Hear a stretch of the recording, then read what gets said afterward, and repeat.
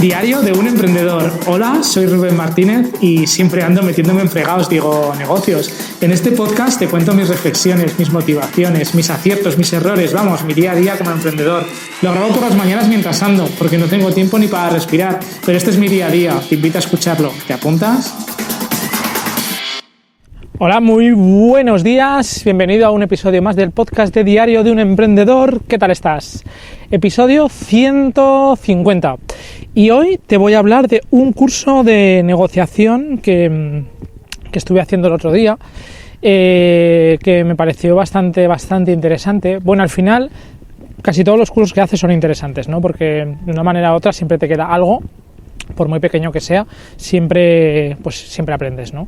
Y en concreto en este curso, que bueno, te cuento un poco lo que me costó y bueno, quién lo daba y demás. El curso valía 120 euros y era presencial aquí en Zaragoza, y lo hacía Ramiro Canals, por si lo quieres buscar en LinkedIn. Y este señor es psicólogo y, bueno, aparte de muchas otras cosas, es negociador internacional en conflictos. Y aparte, pues también ha hecho cosas, por ejemplo, en la Expo de Zaragoza, cuando había que ir a pedir el voto por todo el mundo, los países sudamericanos, bueno, por todo el mundo, pues él iba como a pedir el voto para la Expo, para Zaragoza. Y aparte está negociando en conflictos internacionales, pues como la guerra de Siria, y también ha estado en China, bueno, no sé, negociando en general. Y la verdad es que el curso está interesante, duraba un día y medio, era el lunes y martes mediodía, y comías allí en un entorno que estaba bastante bien. Y quizás si he hecho algo de menos es algo más de práctica, porque sí que es verdad que se hacía un poquitín de práctica, pero igual un pelín más de práctica, pues igual hubiera sido mejor. Pero bueno, en general estuvo bastante bien. Y de estos cursos, de este y de cualquier curso que hagas, o bueno, yo por ejemplo por lo menos te digo mi experiencia, al final te llevas para el día a día 2-3 ideas, no te llevas muchas más. A ver, aunque te lleves el PDF con la presentación y tomes notas y demás, pero te llevas un par de ideas, o te quedan un par de ideas fijas en la cabeza. Por ejemplo, te voy a decir un par de las que me vienen así a la cabeza que recordaré, y una de ellas es el anclaje. ¿Vale? ¿Qué es esto del anclaje? Pues muy sencillo. Tú llegas y dices, por ejemplo, quiero vender una moto y la quiero vender, ¿vale? Y ¿qué precio le pones a la moto? Pues no tengo ni idea, porque si es una moto nueva, pues el precio ya te lo dan, pero si es una moto usada o un piso, por ejemplo, ¿qué precio le pones? Entonces, cuando tú das un primer precio, ya ese precio es como un anclaje. Ya la otra parte ya sabe por dónde van a ir los tiros. Quiero decir, por ejemplo, en el tema de un piso, igual es más porque es como de más valor. Si tú un piso dices, bueno, pues vendo este piso, este ático, por 200.000, joder, ya sabes, o la otra parte ya sabe que no te puede ofrecer 50.000. No sé si se queda un poco claro el concepto. Te está anclando en 200.000, que igual te puede ofrecer 180.000, 170.000, pero no te puede ofrecer 50.000.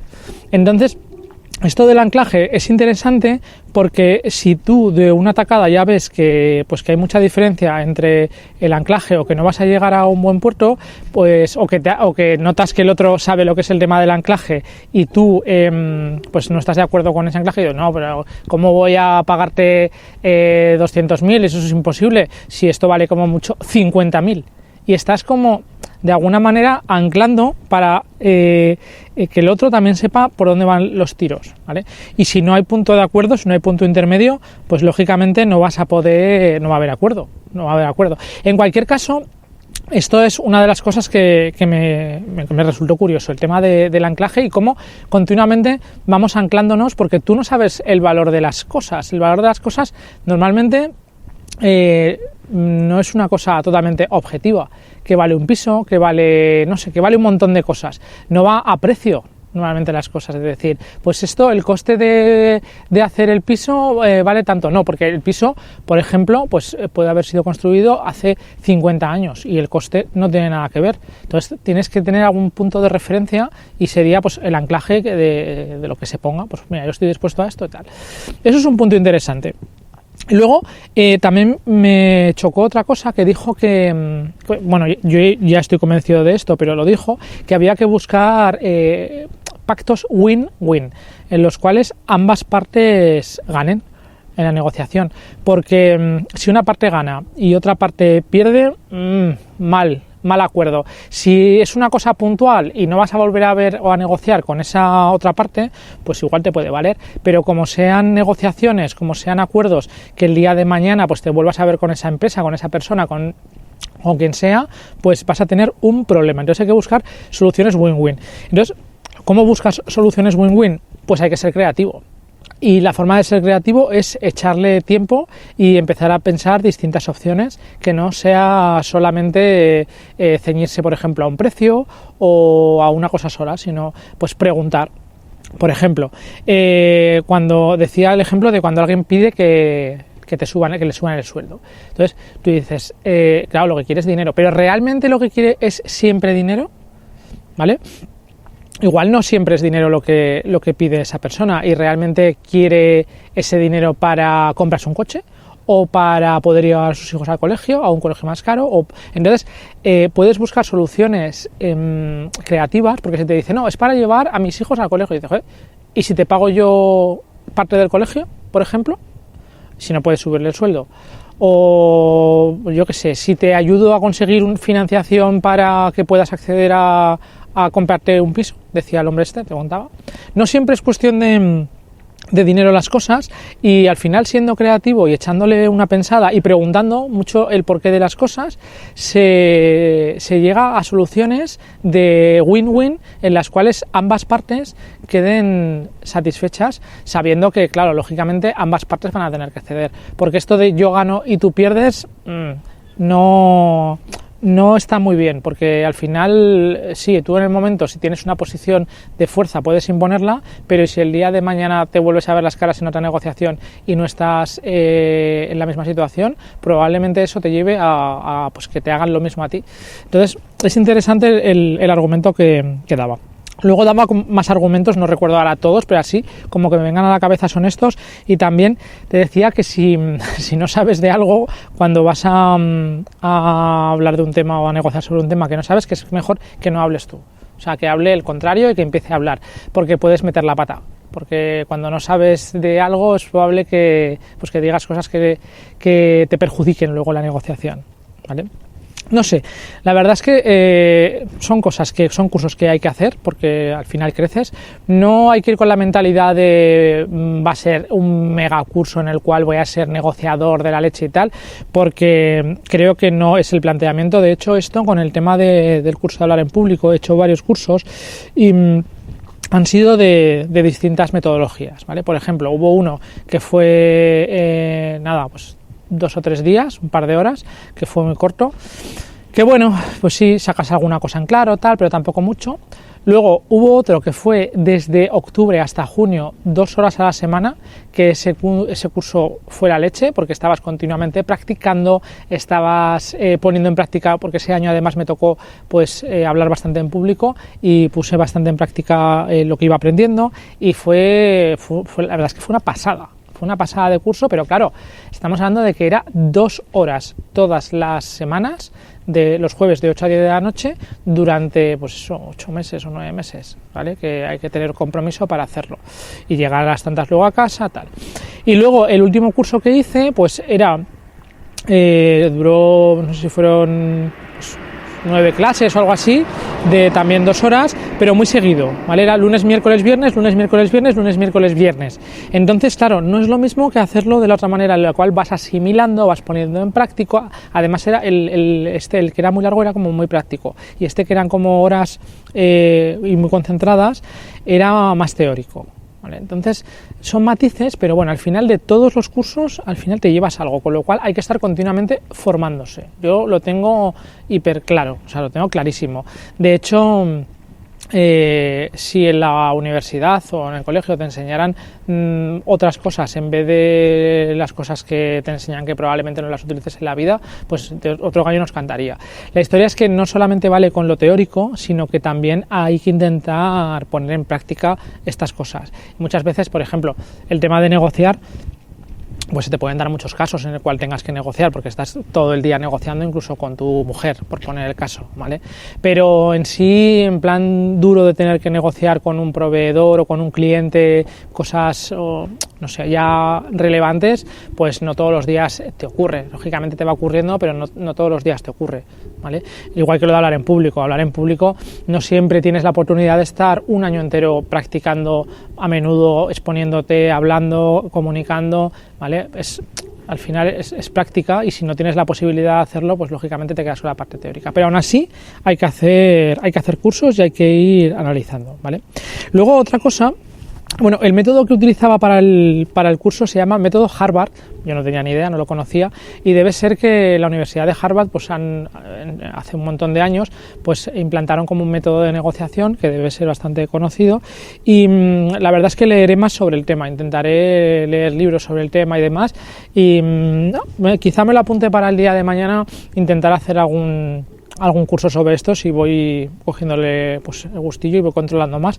Quizá haga algún curso sobre negociación, sobre lo que vaya aprendiendo para poder transmitirlo, que ya sabes que es un poco el fin de este podcast, ir dando a conocer cosas que a mí me gustaría aprender, pues poderlas enseñar también, y que todos al final pues de alguna manera u otra salgamos beneficiados, ¿vale? Bueno, ya no adelanto nada, pero bueno, poco a poco. La historia es que es curioso analizar también el perfil de gente que se apunta por lo menos a este curso, porque por lo general era todo el mundo de empresa, lógicamente. De empresa no quiero decir que tuvieran una empresa, pero sí que tenían que ver con, pues eso, con el tema de estaban trabajando en algún sitio, o no eran, no sé, por poner el caso, no eran amas de casa, no eran estudiantes, no eran jubilados, ¿no?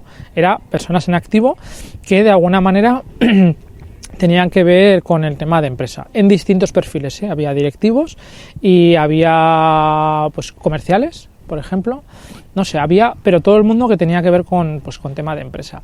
Y la negociación al final no es solamente de empresa, o sea, en el día a día probablemente incluso con tus hijos tengas que estar negociando, ¿vale? En cada uno de los medios en los que negocies, lógicamente tendrás que utilizar una forma de hacerlo u otra forma de hacerlo, o sea, no vas a negociar igual con tus hijos que lo vas a hacer con un cliente o con un proveedor.